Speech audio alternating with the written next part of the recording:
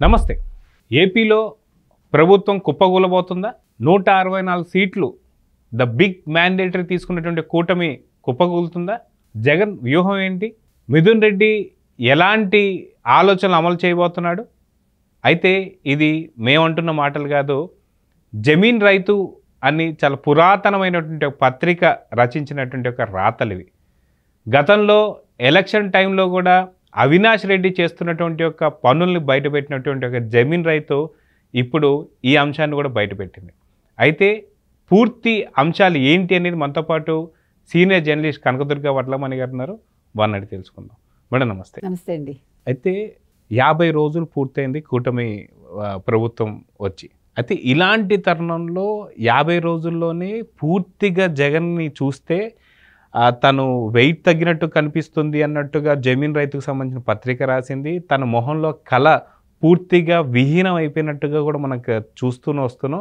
ఇది కాకుండా ఎప్పటికెప్పుడు జగన్ ఎప్పుడు కూడా ఒక దగ్గర లేకుండా ఒక పక్కన అసెంబ్లీ నుంచి తాడేపల్లి నుంచి పులివెందుల నుంచి యలహంక ప్యాలెస్ నుంచి ఢిల్లీ, ఎందుకు ఇంత కాలుగారిన పిల్ల తిరుగుతున్నాడు అంటే ఇప్పుడు అసలైన వాస్తవాలు బయటపడ్డాయని చెప్పి అయితే అర్థమవుతుంది. అది ఏంటి అంటే 100 కోట్ల రూపాయలతోని ఒక పెద్ద అరాచకాన్ని సృష్టించబోతున్నాడు అని చెప్పి జమీన్ రైతు లాంటి పత్రిక రాసింది.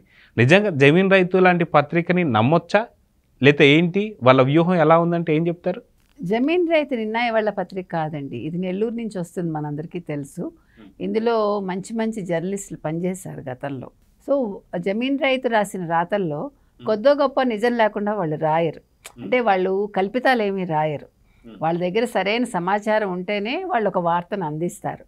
కాబట్టి మనం ఆల్రెడీ మీకు గుర్తుందో లేదో మనం మాట్లాడుకుంటున్నాం. జగన్ ఏదో వ్యూహం రచిస్తున్నాడు, ఆయన ఏదో ప్రణాళికతోటి రాబోతున్నాడు.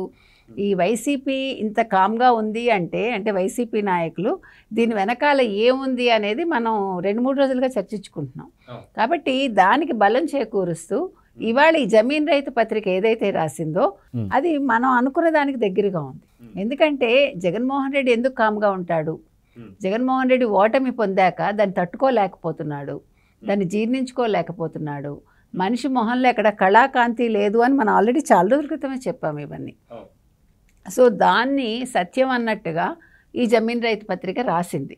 ఆ రాసిన దాంట్లో వాళ్ళు ఏం చెప్తున్నారంటే జగన్మోహన్ రెడ్డి వ్యూహం ఇప్పుడు ఏంటి అంటే 100 కోట్లు ఆయన కేటాయించాడు విధ్వంసం సృష్టించడానికి. అంటే ఒక్కొక్క నియోజకవర్గంలో అల్లర్లు, ధర్నాలు, మీ ఇష్టం మీరేమైనా చేయండి, కానీ వైసీపీ నాయకులు అరెస్ట్ కాకూడదు. చంద్రబాబు నాయుడు వైసీపీ మీద దృష్టి పెట్టకూడదు, జగన్మోహన్ రెడ్డి మీద దృష్టి పెట్టకూడదు, జగన్మోహన్ రెడ్డి అరెస్ట్ కాకూడదు, కానీ శవాళ్ళు లేవాలి. ఆయన వ్యూహం అది. సో దానికోసం నియోజకవర్గానికి 10 కోట్లు ఇస్తాడు. దీన్ని ఎవరు అమలుపరుస్తారు అంటే మాజీ ఐఏఎస్ ఎవరైతే ఉన్నారో ధనుంజయ రెడ్డి తాడేపల్లిలో జగన్మోహన్ రెడ్డి ఇంటి పక్కనే విల్లా కొనుక్కుని కోతవేటు దూరంలో ఉన్నట్టు ఆయన. అలాగే మిథున్ రెడ్డి, ది గ్రేట్ మిథున్ రెడ్డి, అంటే పాపం చాలా అమాయకుడు. ఇప్పుడు పెద్దిరెడ్డి కూడా చాలా మంచివాడు. చంద్రబాబుని ఎప్పుడో కాలేజ్ డేస్లో కొట్టాట ఆయన, అందుకని చంద్రబాబు నాయుడు కక్ష తీర్చుకుంటున్నాడు అని చెప్పిన పెద్దిరెడ్డి కొడుకు ఈ మిథున్ రెడ్డి దీన్ని అమలుపరుస్తాడు. అంటే జగన్మోహన్ రెడ్డి ప్రజలకి కల్పితాలు ఎలా చెప్తాడు? పెద్దిరెడ్డి చేసిన అరాచకాల గురించి ప్రస్తావించకుండా ఈయన ఎవరైతే అరాచకాలు చేస్తారో వాళ్ళందరూ సౌమ్యులు, మంచివాళ్ళు.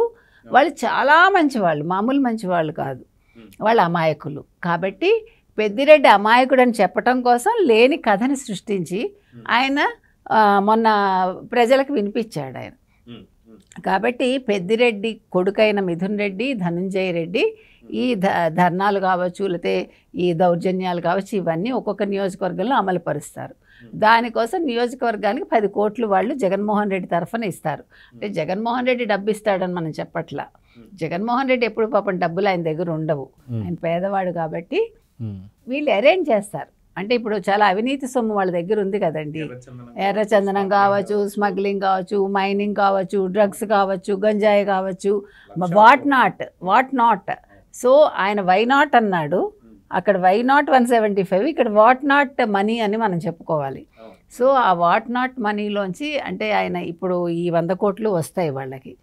వస్తే ఇప్పుడు ఆయన ఉద్దేశం ఏంటంటే ఇప్పుడు మీరు పదే పదే ఈ మధ్యన రాజ్యసభలో విజయసాయి రెడ్డి గారు మధ్యంతర ఎన్నికల గురించి ప్రస్తావిస్తున్నాడు. ఇప్పుడు జగన్మోహన్ రెడ్డికి కావాల్సింది ఏంటంటే ఈ 164 సీట్లు వచ్చినప్పటికీ ఈ కూటమి, తెలుగుదేశం కూటమి చిన్నాభిన్నం అయిపోయి వాళ్ళ ప్రభుత్వం పడిపోవాలి.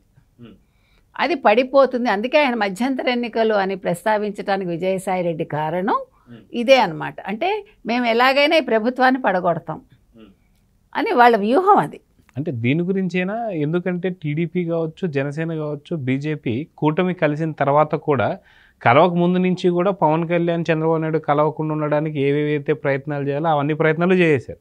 అది సరే, కలిసిన తర్వాత 164 సీట్లు వచ్చిన తర్వాత కూడా జనసేన, టీడీపీ కార్యకర్తల మధ్యన గొడవ అయినట్టు, ఎవరైతే జనసేన నుంచి వైసీపీలో జాయిన్ అయినటువంటి కార్యకర్తలతోనే మళ్ళీ టీడీపీ నేతలు కొట్టించి జనసేన నేతలు కొట్టించారని చెప్పేసి కొన్ని వ్యూహాలు పండొచ్చు.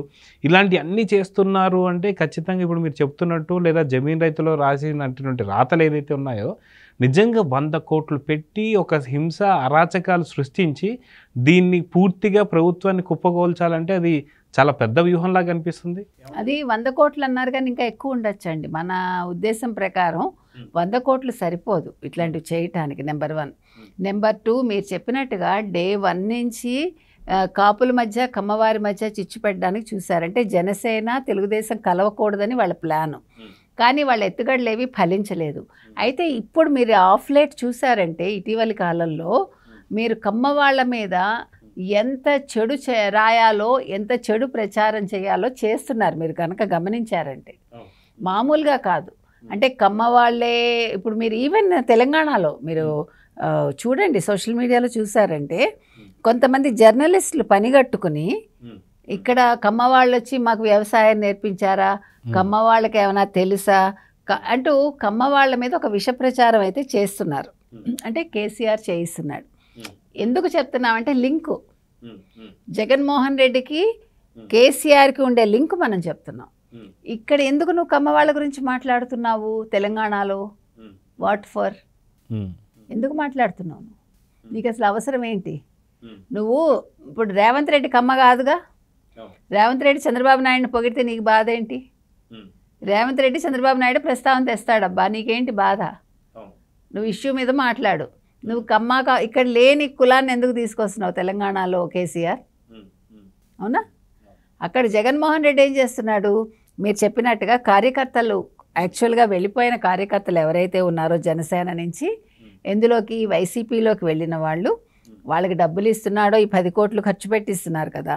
సో వాళ్ళకి ఏముందండి, గంజాయి అలవాటు చేస్తున్నారు, గంజాయి ఇస్తారు. వాళ్ళ మత్తులో ఏం చేస్తున్నారో వాళ్ళకి తెలియదు. వాళ్ళు గొడవలు సృష్టిస్తారు. ఆ సృష్టించిన గొడవలు కాపులకి, కమ్మ వాళ్ళకి మధ్య వచ్చినవని చెప్తారు వాళ్ళు. యాక్చువల్గా అక్కడ జరిగింది వేరే ఉంటుంది. కాబట్టి ఇంకొకటి, మీరు ఈవెన్ ఇక్కడ ఆంధ్రాలో కూడా ఈ కమ్మ వాళ్ళ మీద ఒక నెగిటివ్ ప్రచారం బాగా చేస్తున్నారు వైసీపీ వాళ్ళు. వీళ్ళు ఫస్ట్ నుంచి చేసింది అదే. రాజశేఖర రెడ్డి చేయలేదు ఆ పని. మీరు కనుక గమనించారంటే Rajasekhara Reddy he never went into it. ఆయన ఎప్పుడు కులాల గురించి మాట్లాడలేదు. ఆయన రెడ్డి సామాజిక వర్గం అయినా, రెడ్లకు ఆయన ప్లస్ చేసినా, రెడ్లు కాని వాళ్ళకు కూడా ఆయన చేశాడు. కానీ జగన్మోహన్ రెడ్డి ప్రశాంత్ కిషోర్ చేసిన పని ఇది. ప్రశాంత్ కిషోరు జగన్మోహన్ రెడ్డిని గెలిపించడం కోసం ఎన్ని కుతంత్రాలు, కుయుక్తులు పన్నాలో అన్నీ పన్నాడు. దానివల్ల నష్టపోయింది తెలుగు వాళ్ళండి. అంటే ప్రశాంత్ కిషోరు చెప్పడం వల్ల కొన్ని జరిగాయి, ఓకే, అది తీసి పక్కన పెడితే ప్రశాంత్ కిషోర్ లేడు. ప్రశాంత్ కిషోరే భయపడేలాగా జగన్మోహన్ రెడ్డి తయారయ్యాడు. ప్రశాంత్ కిషోర్ వెళ్ళిపోతూ కూడా అదే చెప్పాడు. ఏంటి అంటే అసలుకి తన వ్యూహాలని అందుకోలేని పరిస్థితిలో ఉన్నాము, తను ఓడిపోతాడని చెప్పినా సరే వినే పరిస్థితి లేదని. అంటే ప్రశాంత్ కిషోర్ లాంటి వాళ్ళని కూడా తలదన్నేటువంటి ప్రయత్నాలు జరిగాయని చెప్పి అనుకోవచ్చు ఐపీఎల్. అంటే ప్రశాంత్ కిషోర్ జగన్మోహన్ రెడ్డిని అంచనా వేయటంలో పొరపాటు పడ్డాడని మనకు అర్థమవుతోంది. ఎందుకంటే ఈయన మామూలుగా అనుకున్నాడు. ఇప్పుడు సీజనల్ పొలిటీషియన్స్ ఉంటారు, అట్లా అనుకున్నాడు ఆయన. అనుకుని ఆయన వ్యూహం ఏదో ఆయన చెప్పాడు. ఇప్పుడు అందుకున్న వాళ్ళకి అందుకున్నంత అని, ఇప్పుడు ఆ పాత్రను బట్టి దాని విలువ పెరుగుతుంది చూడండి. అట్లాగా ఇతనికేమో ఇతను చెప్పింది ఒకటి, దాన్ని అమలు చేసే విధానంలో జగన్మోహన్ రెడ్డి దాన్ని ఇంకో రకంగా చేశాడు. అంటే ఈయన మామూలుగా ఇలా ఇలా చెయ్యాలని చెప్పాడండి. అది ఈయన ఏం చేశాడు, కమ్మ వాళ్ళకి కాపులకి మధ్య చిచ్చు పెట్టే రకంగా చేసి కమ్మ వాళ్ళని ఒక దుర్మార్గులుగా చిత్రీకరించి ఇప్పుడు కమ్మ వాళ్ళని ఎలా అనగదొక్కాలి అనుకున్నాడు 5 ఏళ్ళు. అది అక్కడితో సరిపోకుండా ఇప్పుడు కూడా కమ్మ వాళ్ళ మీద ఒక విష ప్రచారం అనేది జగన్మోహన్ రెడ్డి చేయిస్తున్నాడు. ఇది తప్పు అంటాను నేను. కులాలు ఎందుకు నీకు అసలు? ఇక్కడ కులం కాదు, నువ్వు వ్యక్తితో పోరాడు, నువ్వు రాజకీయంగా పోరాడు. నీకు రాజకీయంగా నచ్చకపోతే నచ్చినట్టుగా నువ్వు చెయ్యి. నీకు 5 ఏళ్ళు ఇచ్చారు, నీకు చేత కాలేదు. ఇప్పుడు చేతనైన మనిషి వచ్చాడు, చేస్తున్నాడు. చేసి నీకు నచ్చకపోతే ఎదురు చూడు, 5 ఏళ్ళు ఎదురు చూడు. నువ్వు అన్నావు కదా కళ్ళు మూసి తెరిచేలోపు 5 ఏళ్ళు అయిపోతుందని. కళ్ళు మూసి తెరిచి 5 ఏళ్ళు అయిపోయే వరకు కూర్చో, పడుకో, నిద్రపో. అంతేగాని విధ్వంసాలు చేయకు. అది అయితే ఇక్కడ ఏపీలో జరుగుతున్నటువంటి పరిస్థితి, ఇప్పుడు జమీన్ రైతు రాసినటువంటి రాతలను చూసుకుంటే ఇంటి దొంగ ఈశ్వరుడైన పట్టలేడు అన్నట్టుగా ఇంట్లో ఏం జరుగుతుంది లేదా రాష్ట్రంలో ఏం జరుగుతుంది అనేది ఎవరికీ తెలియదు.